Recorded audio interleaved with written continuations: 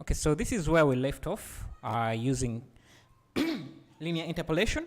So we are going to convert this into Bezier interpolation to get the bouncing rate. So I'll go to File,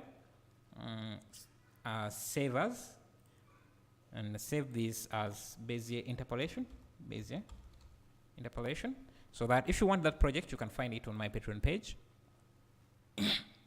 So let's see. Now let's convert these keyframes into Bezier interpolation. So we want key interpolation Bezier. You can see now there is that carving there. So now let's see how this looks. You can see now at the top here, it's not like it's hitting a ceiling anymore, but down here, because there is a floor, we need it to have that kind of bouncing effect because it's hitting the floor and then bouncing back up. So we don't want the same effect up here. We want it down here. So in other words, what we want, let me first undo this or just go back to Bezier interpolation, interpolation. What we want is at the bottom here, you can see it's bouncing, right? Let me show you. Let me first turn off recording, add a plane, 90 degrees, rotate this 90 degrees. I'll show you something.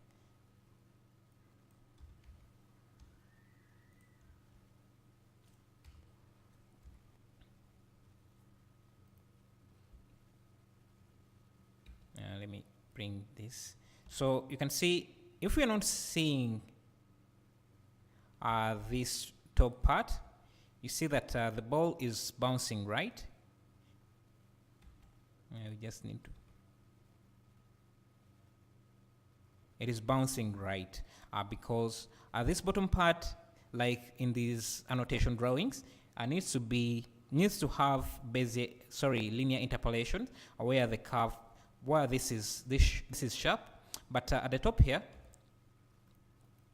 we don't want it to be like that because it will give off that like it's bouncing. It will look like it's bouncing off a ceiling and then back again, like that. So we want to have a hybrid of linear interpolation and Bezier interpolation, and the way you achieve that is converting this keyframe into Bezier interpolation, but you have an option to convert the different keyframes into linear keyframes, these Bezier keyframes into vector or linear keyframes. So the way you do that is that you can select the key, and under handle type you have this vector option, and it will give you that sharp option. So let's expand this because we want to do this for every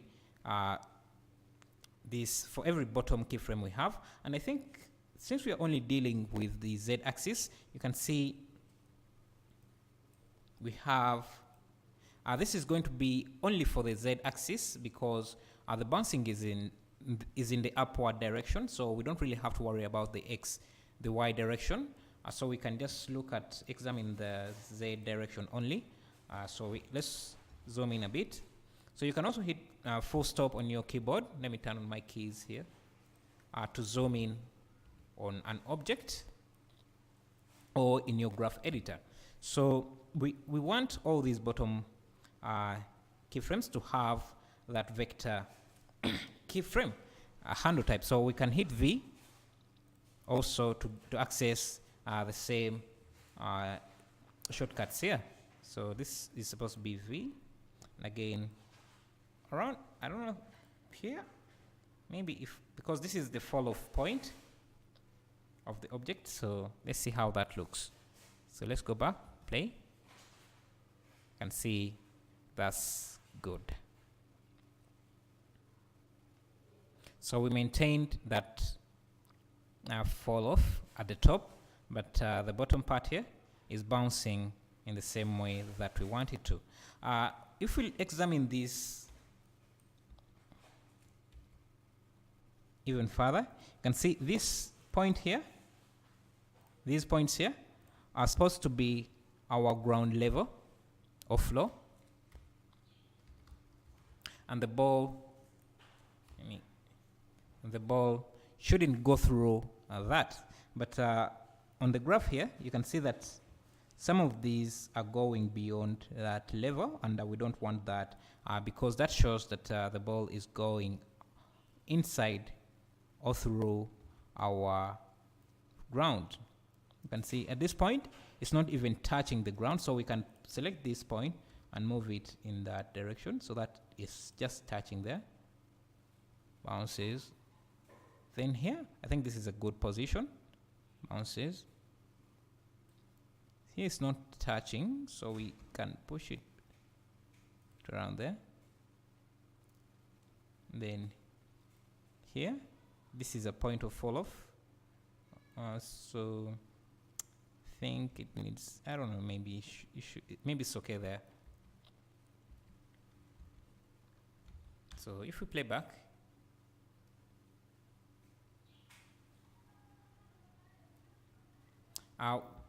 it is slowing down a bit as it falls down. So let's examine that and see. So you can also move these points here. So let's preview only this up to 1030 frames. Just work on that. You can see how that looks. So we can edit this graph so that when it's falling off, the speed just increases. I think that's good. So if we turn this back to 100 and see, we have removed that fall off, so it just falls. I also think this should also be more dramatic, and maybe we can pull this up even further. You can also scale these keyframes using S, and this here, I think, can rotate this a bit. So you just need to edit these graphs until you find something that, I think this should be a bit up as well to around there. So again, you can use Shift B to zoom in, on a point.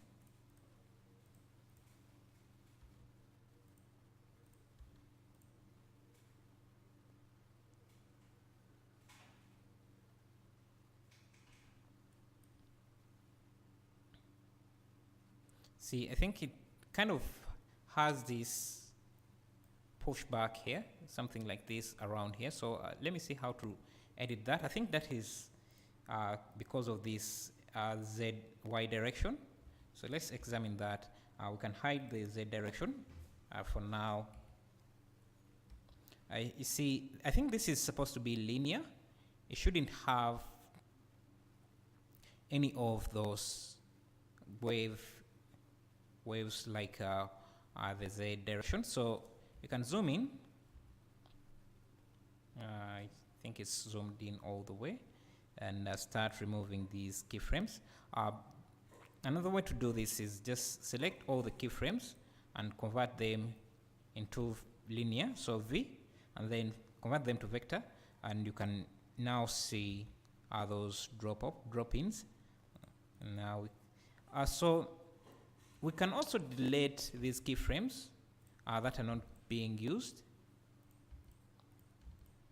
But so we only have to, so that we are only looking at 2 keyframes, and now this is easier to control. So if we get this, see, that is even better because we have removed those waves that are there, that we are in there. We are getting even a better animation for that. I think we need to increase the position here. So because this bounce shouldn't be like this unless this is a really heavy ball, and you can see this here It's kind of slowing down around here, like a cartoonish effect here. It's stopping in mid-air and then just falling off then. So let's see if we go to the z-axis. So I think instead of this being vector, we can change it to, let's try aligned and see. We just need, can try pushing it down. Oh, let's reduce the keyframe, this timeline, to just preview that last part.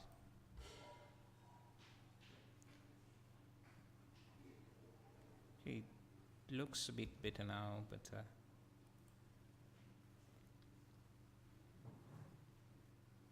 so let's also bring in the Y and examine those two. So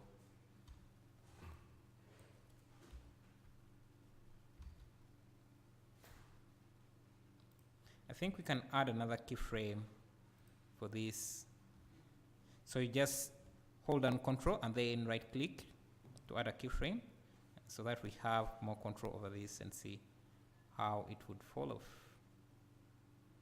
And maybe we need a keyframe here instead. Can delete this last one and see if we it's affecting the other keyframe.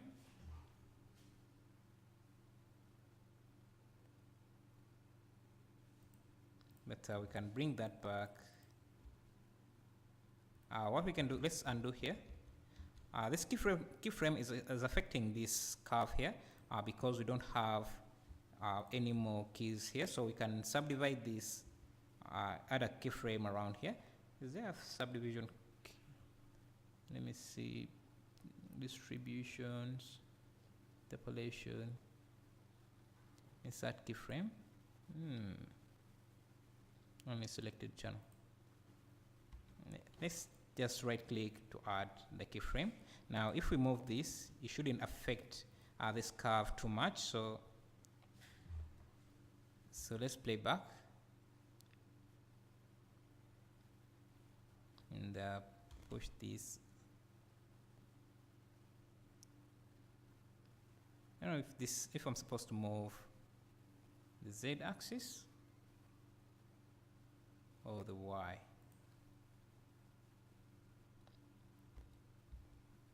So let's preview the entire thing.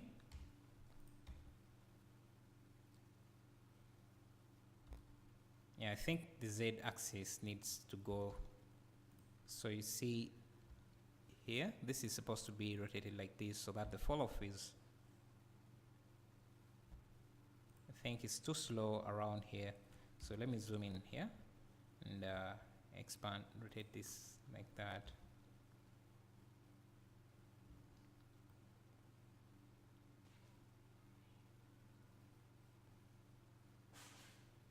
There is this here.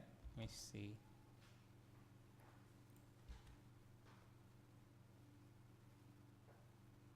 Yeah, I think something like that. Yeah, so of course this needs, you can improve on this further. I'll again save the project so that if you want to work on that, you can look at it. You can examine it and see how that looks. And turn this into a sun. You can see everything with the shadow on.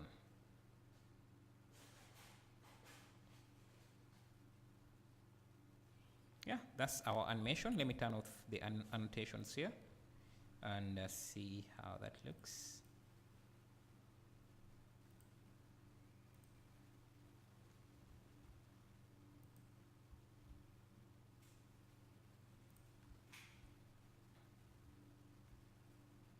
So that is basic. That is a basic introduction to animation in Blender 2.8. And in the next lesson, we'll look at some more advanced things that we can animate, and maybe animate some of the models we have been creating in previous tutorials.